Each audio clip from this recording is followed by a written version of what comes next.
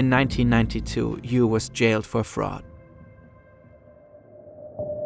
Once released from jail, Yoo attempts to restore his image.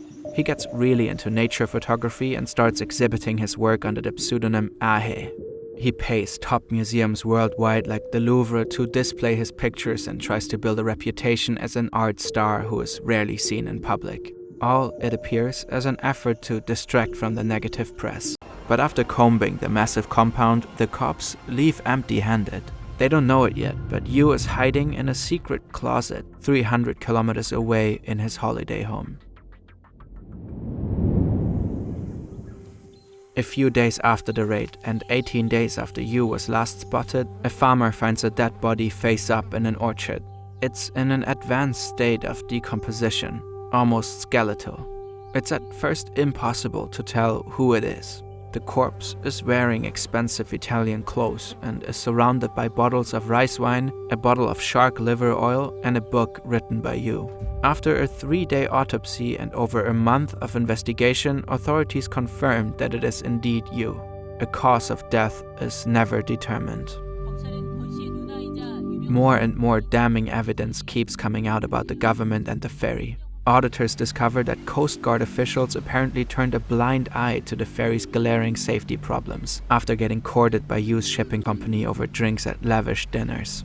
Some admitted to letting the ferry pass through inspection points, only guessing from a distance whether the ferry was overloaded.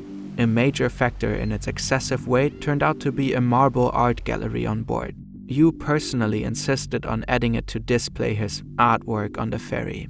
One man's greed had sunk the Sewol Ferry, and as more and more South Koreans were starting to believe, the government's negligence had let it happen. Some Korean families like Yoo's are wealthy enough to convince government employees to turn a blind eye to their misdeeds like fudging ferry inspections. But anger and frustration continue to grow. And in 2016, another huge scandal erupts. It reveals that President Park is most certainly not the leader who will rein in Chaebol power. In fact, she's especially cozy with South Korea's most powerful Chaebol families. Illegally cozy. President Park is found entangled in a web of backroom deals with leaders of Samsung and other corporate executives. Park accepted substantial bribes in exchange for governmental favors. Samsung made a $36 million donation to her best friend's nonprofit, which Park rewarded by greenlighting a controversial merger. Lee Jae-yong was also arrested and sentenced to 2.5 years. Park is succeeded by Moon Jae-in. He promises not to pardon anyone convicted of corruption.